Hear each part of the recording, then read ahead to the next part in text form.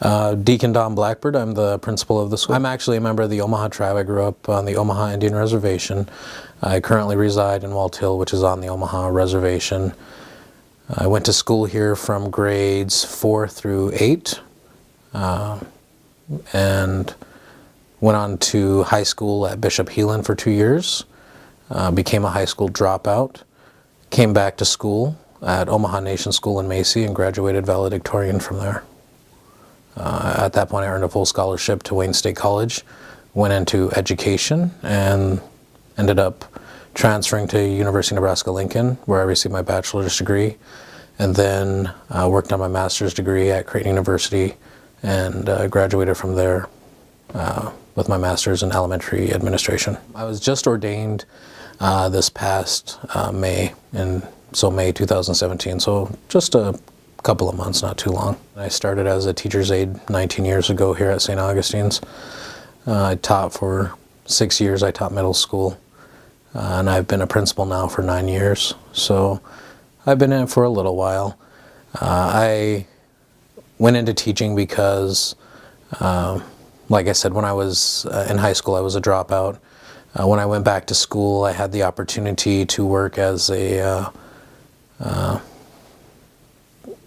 I'm not even sure how to describe it, but I needed a home ec credit. And so to get that home ec credit, they let me be a tutor in the 3rd grade classroom at Macy School.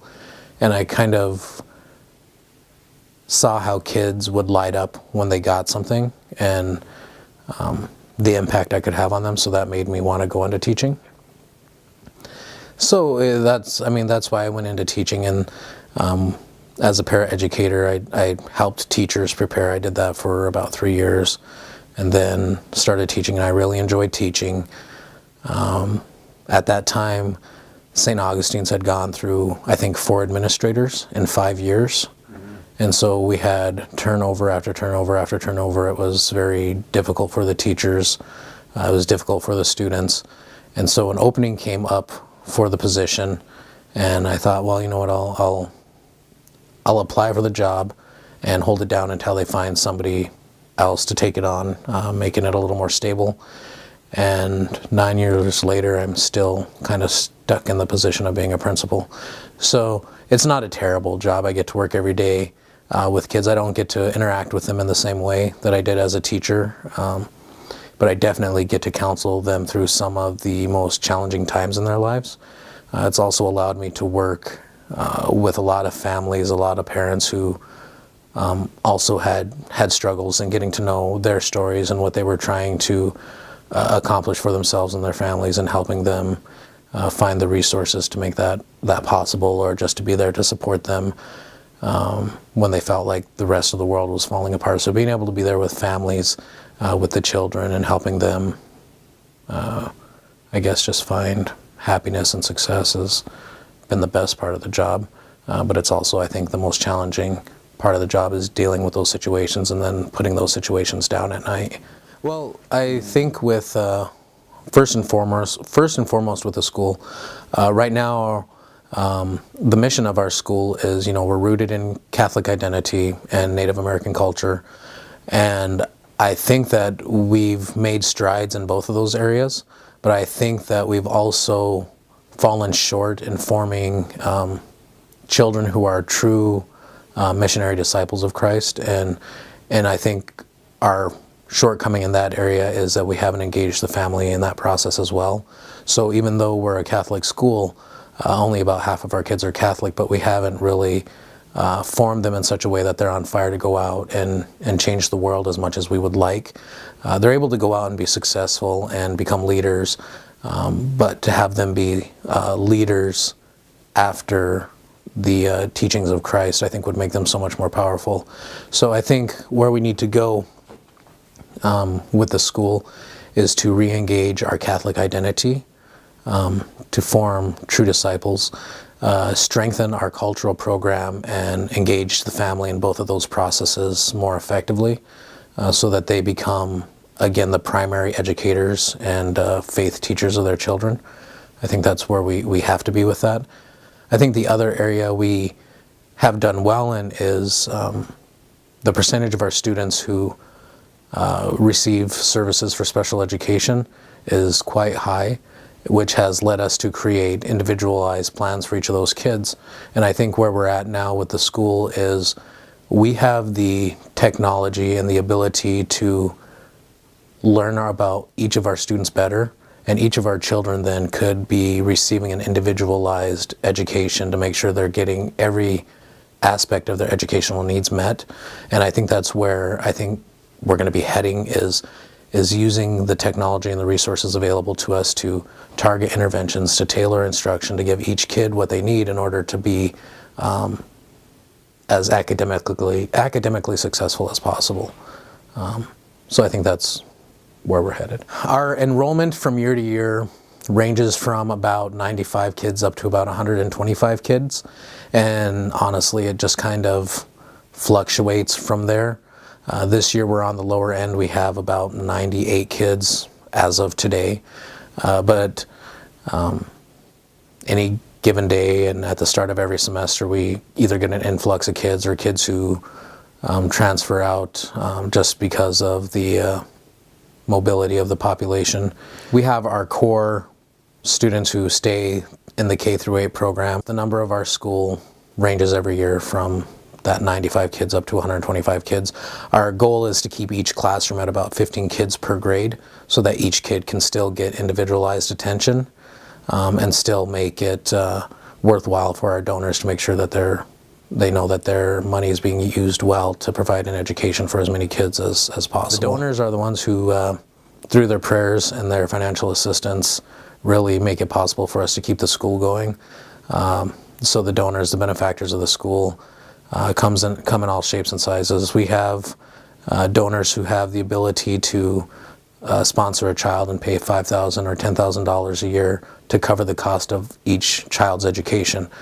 We also have donors who send in $5 a month, off of whatever limited income they have.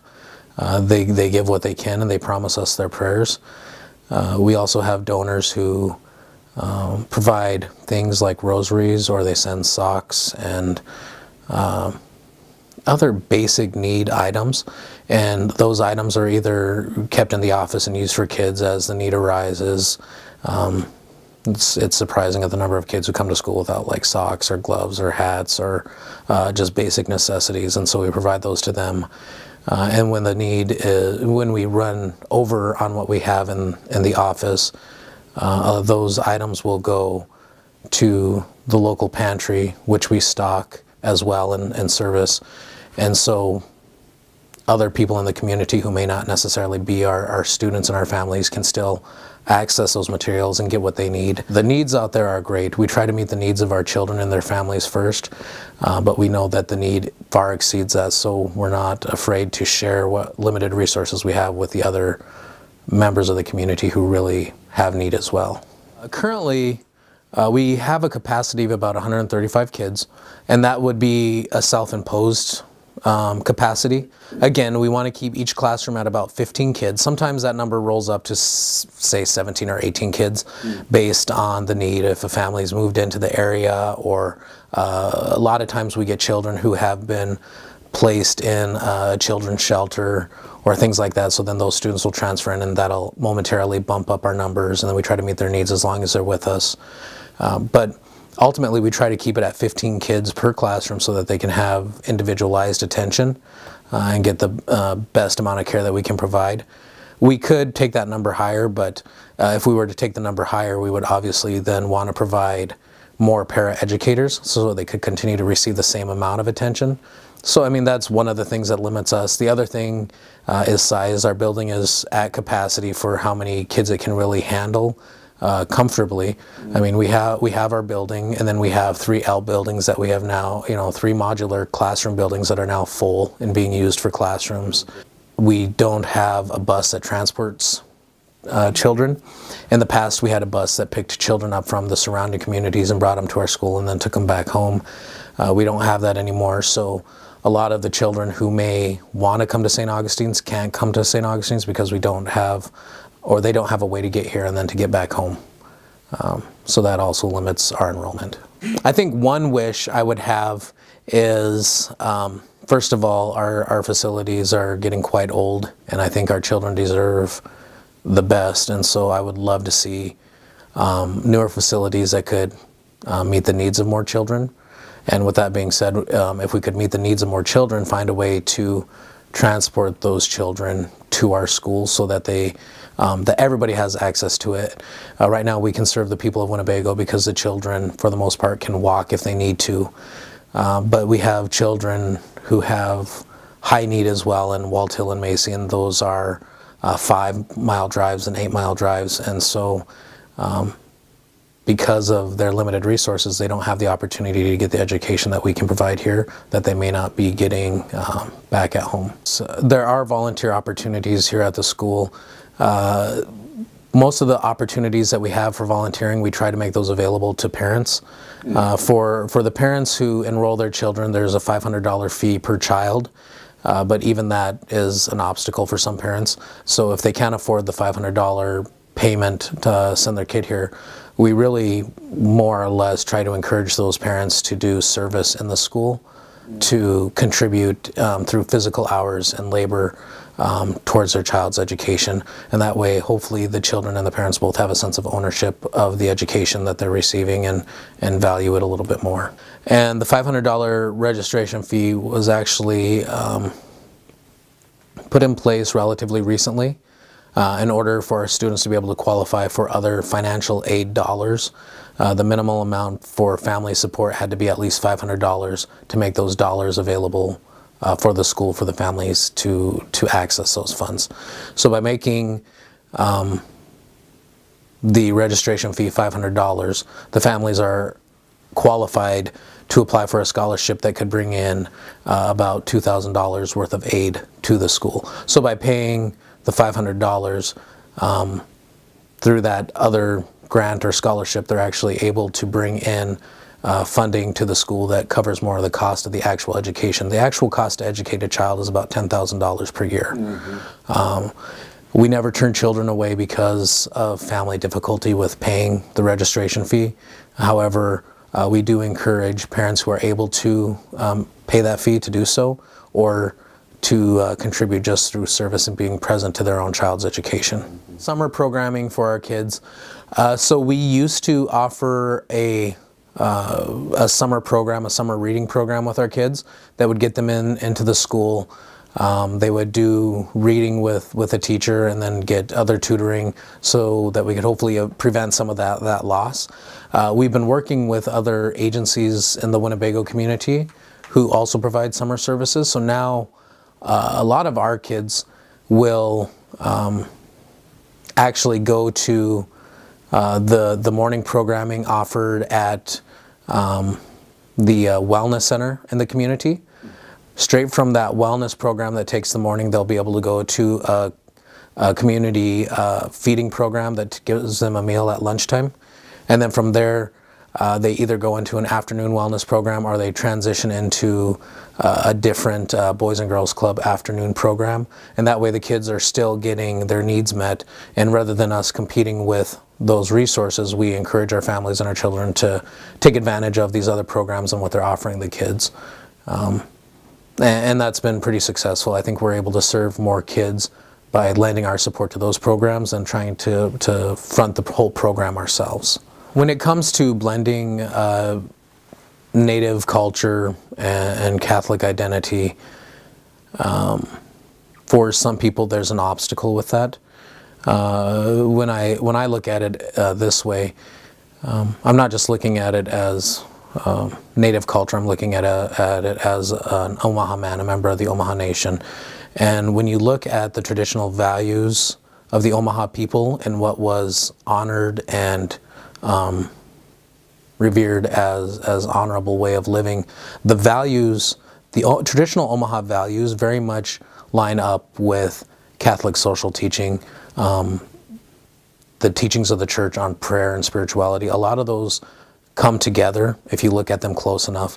The traditional Omaha concept of God, of Wakanda, the concept of Wakanda is very much similar to the Catholic understanding of the Holy Spirit and that relationship that exists between Father and Son, and that spirit of the Father and the Son, the Holy Spirit, transcending and going through and interacting with people in the world. That was very similar to the Omaha understanding of God and of the Creator. So at the very base, you have this understanding of God that is the same, and the values within the society itself that are parallel to the things that are valued by the Catholic Church. So for me, there's not really a whole lot of division in that. It's that finding a way to articulate that to other people so they understand that you can be both Catholic and Native, or Omaha in my case, and that the two are not in conflict, that just because you have aligned yourself with the teachings of the Catholic Church, it doesn't mean that you are turning your back on being a Native American person. And I think a lot of our young people struggle with that, but I think elders who have spent their life in prayer understand that. St. Augustine's was founded over 100 years ago at the request of the Winnebago people, because they knew that in order to survive and be successful in the Western world, they were going to need an education founded in the Western education system. So the people themselves sought out that education, and St. Catherine Drexel became the vehicle by which that education was delivered. So I guess St. Augustine's today tries to continue to meet that same vision that the original Winnebago and Omaha people had, and that St. Catherine Drexel had for the Native American people, that through a solid faith formation, a solid academic foundation, the people will grow to be successful, self-resilient, and capable of governing and serving themselves, so that they didn't have to rely on others to be successful, but that they would become the leaders that they needed for themselves. So we just try to accomplish a small part of that.